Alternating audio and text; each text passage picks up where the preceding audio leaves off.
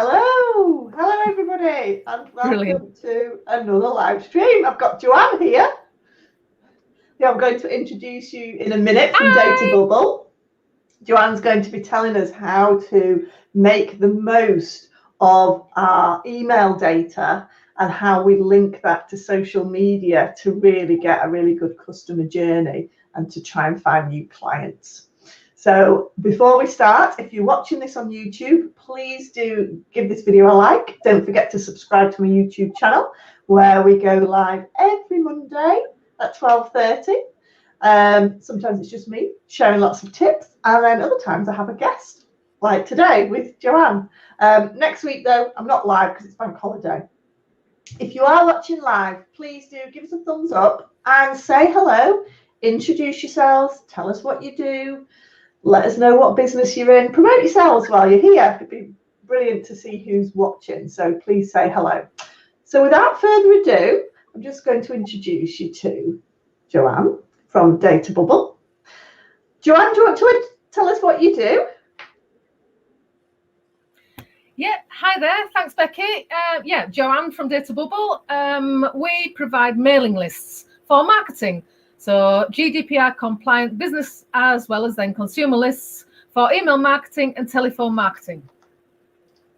Brilliant. And today, then, you're going to be speaking to us about why it's important to know who your potential clients are and how you can help, and some really good top tips about using data lists to attract new clients.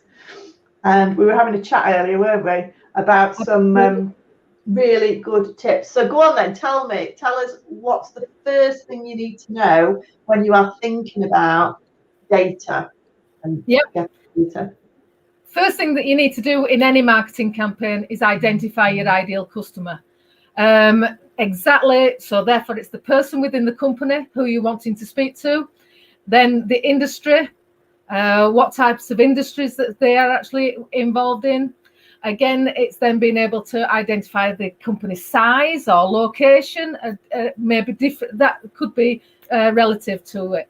So it's identifying your ideal customer, who you actually love to work with, who you tend to attract as well. And then, so it's looking at your existing customers and then, turning around and saying, do you actually like to work with them? And can I actually attract more? And that then would allow you to then use social media to attract these ideal customers, as well as then if you do want to purchase a list, then you can actually get a list of your ideal customers. The reason that you actually want to identify your ideal customer is because you want to talk to them direct. So your problem or their problem, you can actually solve their problem. So therefore, knowing what their problem is and how they speak, again, engineers speak differently from architects. Architects speak differently from zoo owners. But you can actually then, if you can actually identify their problem and what you actually solve, you can then show them that you're their solution, and you can actually talk and present a solution to their problem. So it helps you when you're doing wording on your email campaigns, your postal campaigns, or again, your social media. You're actually talking in their language about their problem, their challenges, and showcasing that you're the correct solution.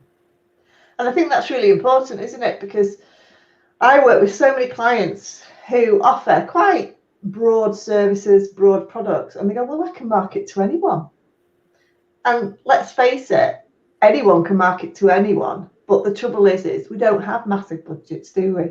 We're not, the likes of Adidas or Coca-Cola. We don't have millions and billions of pounds worth of marketing. So actually honing in on your ideal client is absolutely crucial, isn't it? Absolutely. It gets it focused, your marketing focused, and also, like you say, it's not a scattergun approach, and you're honing in exactly who you're wanting to speak to, and you are more effective with your marketing. Yeah. So once you know your ideal customer, then we were talking earlier, weren't we, about once we've got that ideal customer, it's not just as simple as sending them an email, is it? Or creating a post that attracts this customer who we've got in our mind, is it? It's not. Again, unfortunately, the average kind of touch points, it takes between 7 and 13 touches for somebody to actually come and say, I think I need your help. Now, that is 7 to 13 times. When you say touches, it could be a touch on somebody's seen your LinkedIn post. It could be a touch that's seen you on social media with regards to Facebook. It could be then an email. It could be then a telephone call. Again, it's all these different touches that actually get you in front of that person to then turn around and say, yes, that is the person that I trust, know, like, and trust to be able to then solve my problem. And often, sometimes people don't know that they've got a problem. So therefore, it's just turning around and saying, actually, yeah, you've reminded me. Yeah, I do. Yeah, I do actually. You know, for example, do you want new customers? Yeah, I do. It's then being able to come up with that killer line that turns around and says, yeah, I've actually identified that. And yes, you can provide that solution for me. Yeah, that's it, absolutely. Because a lot of people go, well, I did a post on Facebook, but I didn't get a new customer. And it's like, no, it's not. And people forget, don't they? I think it's the same. If you've got your website, people will Google your website, and they know exactly what they want. They're Googling it. They want to buy. They're in that position to buy, aren't they? Yeah. Whereas with your email campaigns, your social media campaigns, you've got to do a lot more work to convince them, one, that actually they've got a need that maybe they didn't know they had. Yeah. Two, that you're the best person for the job. And that three, maybe they should actually consider buying from you. Yes. So it's a much longer customer journey, isn't it? Very much so. And again, you can't just send one email and expect everybody to come and buy from you. Exactly like that. You can't do one post on social media and go, ta-da, I'm here, everybody come and buy from me. It don't work like that. I wish it did. And it'd be great if it did, wouldn't it? It did about 20 years ago when there weren't many businesses on social media. Well, yeah. Yeah. So where do you suggest then people get their data from? Because I know, Joanne, you specialise in getting data for companies. Yeah. And I know certainly for me, because of GDPR, I'm kind of like, oh, well, you can't buy data anymore, or you can't do that anymore. But I know this is what you specialise in, and you actually taught me quite a few things about, actually, no, you can do this, but you can't do that. That's it.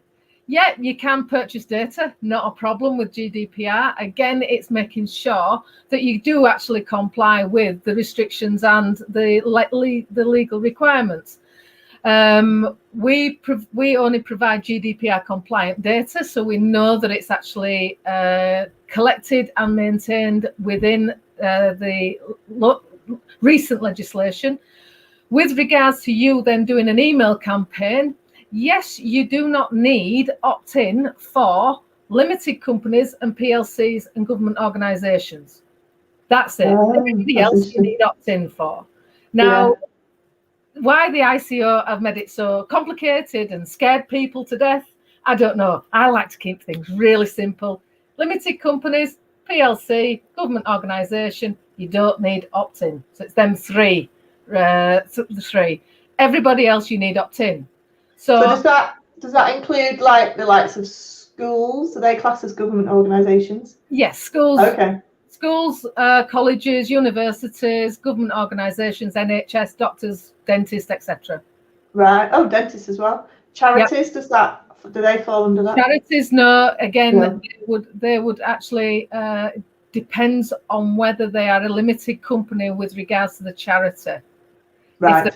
If they're a non-limited company, then yeah, you would actually have to have opt-in. Right. So how does that work then? I know, where does all this data come from? Yeah, data originates from 3 different areas, predominantly. It comes from Companies House, companies that actually register on Okay. Companies House. It then goes into a process of a telephone verification call that actually goes in to confirm the industry, the number of employees that are actually within that company, as well as then any additional information, whether they are actually allowed to want the email to be released, etc. So that's how majority of data is actually collected. There are then other companies that use that data and then do a telephone survey on it to find out, so like for example, if they've got any fleet cars, how many fleet cars are actually within that company, or otherwise hotels. You can actually then find out how many bedrooms are actually in a hotel, what star rating. So there are many different companies out there that are list owners that then collect the data, as well as then do special surveys on that data. So it depends on where, as a data broker, which is what I am, I've got access to all these different databases. So when clients actually come to me, they'll turn around to me and say, right, okay, I want to target. So that will then determine which list I actually use and recommend. So basically there are loads of people that specialize in different sectors cleaning up this data, because I mean it must be a massive job, mustn't it? Yeah. When I launched my business, gosh, it's about 3 years ago now, on Companies House, the first thing I got was about 5 letters through the door offering me different various services, and it's like, oh, that's interesting. But again, these businesses didn't then kind of follow it up. I had 1 letter and that was it. I think they expected me to buy from them. Really? I never heard from them again. I just got 1 letter through the post and then that was it. And yet, what actually we could do with it, they should have done with this data, was then probably gone onto my social media, wouldn't it? Followed me on social media, connected with me on LinkedIn, that sort of thing. And watched you grow. Yeah, and interacted. Because I know a lot of it, I mean, the beauty about bringing these 2 services together is that you bring these 2 services, you've got your data, you then warm people up with that data, and then maybe give them the hard sell, don't you? Because they might have heard of you, because like you said before, it takes between 7 and 13 touch points. Yep. And actually, if you do it the other way around, sort of warm them up on their social media and then send them that email, then send them that letter. Yeah. Would you suggest that might be a little bit more sort of effective than just going in for the kill like I got with a load of companies? Again, the thing is, it depends. And again, I wish I had that silver bullet that would turn around and say what prompts people to actually buy. Yeah. Is it a letter? Is it a telephone call? Is it a social media? The thing is, it's down to that individual person. There's times that I'll buy just from a telephone call. There's times that I'll buy from seeing an advert on a television repetitive over and over again. But then there's times that you think, oh, actually, and I'll go out and then search. And then it's then turning around and going, right, okay, look within my friends, look within my network, see whether there's anybody that can actually do it, what I can do. Or otherwise, has anybody else got that same, been through that problem? Who did they use? Again, it's then, or otherwise, even asking on LinkedIn, I'll turn around and say, can anybody help? Or help, please. So it really depends, and it's about timing again. But the thing is, if you see people over and over and over again, like for example yourself, I came onto one of your social media courses for the simple reason that I'd seen you on social media. I'd then also seen you at a presentation that you did at an FSB meeting, and that's when I turned around and went, right, okay, that's the lady that I want to speak to. So it wasn't just a one-off buy; it was repeated marketing that you actually did. That then got into your course. A little sort of drip feed. It does work. And it's interesting because you can post on social media loads of times and you don't think people are watching you or people notice you, because most people lurk in the background, don't they? They don't like and comment. Lurkers. Those lurkers in the background. But actually, when they actually do, I mean, most of my work comes from what I call lurkers. Most of the people here now watching on our YouTube live stream, our Facebook live stream, we've had a couple of likes, but there are more people watching, lurking in the background, because people like to be anonymous, don't they? Yeah. If you dare say hello, if you are watching, even if you're watching on the catch up, please do say hello. Don't be a lurker today. Say hello, introduce yourselves. But it's true. And sometimes I just want to watch videos and not really interact. But yeah, I think data is a really, really interesting point, because people have been really put off and a bit nervous about data, haven't they, over the past few years, and big, particularly with Facebook and the big sort of data breaches there. Yeah. But basically, if we've got our email addresses on our websites, on our social media, can people access those for their data lists? I would suggest that they would have to be GDPR compliant with regards to using that email list. Again, to actually download your list from LinkedIn, it's not something that I do advocate or recommend. And again, I turn my email off for people not to do that.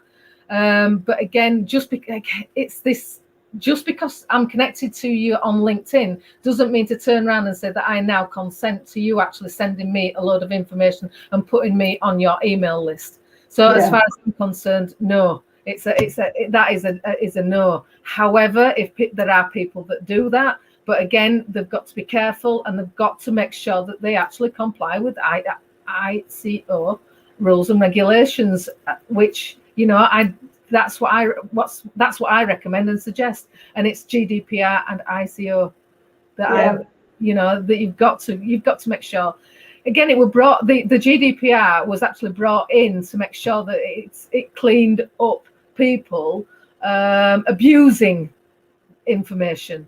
And again, yes, you do actually get people that abuse information and data, which I absolutely hate. It tarnishes my industry, and I'm very passionate about my industry. And similar to you, you're passionate about social media. With regards to just downloading a list and spamming everybody, no, that's not how you do it. That's not building a relationship. That's just sell. And again, you go to a networking event, a face-to-face networking event, and if you just got sold to, rather than building that connection, building up that relationship, you'd hate that. It would turn people off you instantly. And that's exactly the same with email marketing. It's exactly the same with face-to-face marketing, as well as then social media marketing. That's me personally. No, it's true. And for those people that don't realise, actually, when going back to the LinkedIn, is when you connect with someone on LinkedIn, they can see your contact details. But not only can they see their contact details, LinkedIn defaults to allow them to download the email addresses of all their connections.